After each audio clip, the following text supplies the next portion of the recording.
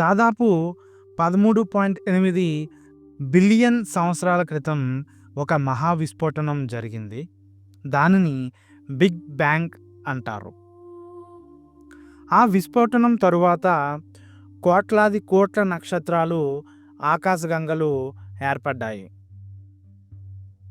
4.6 billion సంవత్సరాల క్రితం వాయువులు, ధూళి కలిసి సూర్యుడు పుట్టాడు.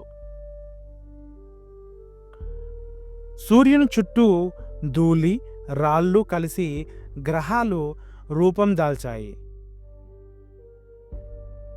ఆ గ్రహాల్లో ఒకటి మన భూమి.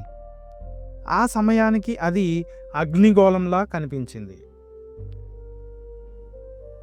లక్షల ఏళ్ల వర్షాల తర్వాత భూమి చల్లబడింది. సముద్రాలు కూడా ఏర్పడ్డాయి. అగ్నిపర్వతాల వలన వాయువులు బయటికి వచ్చి భూమి చుట్టూ వాతావరణం ఏర్పడింది.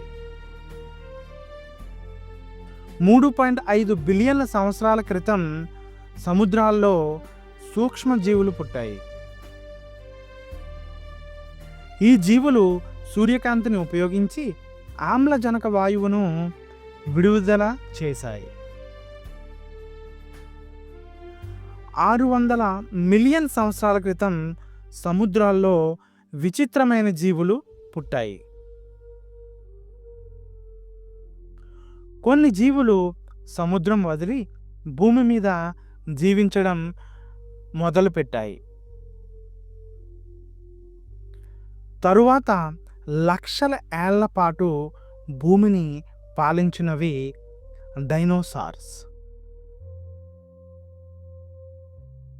65 మిలియన్ సంవత్సరాల క్రితం ఒక గ్రహశకలం భూమిని ఢీకొనడంతో డైనోసార్లు అంతరించిపోయాయి. ఆ విపత్తు తర్వాత స్తన్యజీవులు భూమి మీద విస్తరించాయి. 6 మిలియన్ సంవత్సరాల క్రితం మానవ పూర్వీకులు ఆఫ్రికాలో కనిపించారు. అగ్నిశక్తి తెలుసుకోవడం మానవ జీవితాన్ని శాశ్వతంగా మార్చేసింది. మనుషులు వ్యవసాయం మొదలుపెట్టి నాగరికతలు పుట్టుకొచ్చాయి.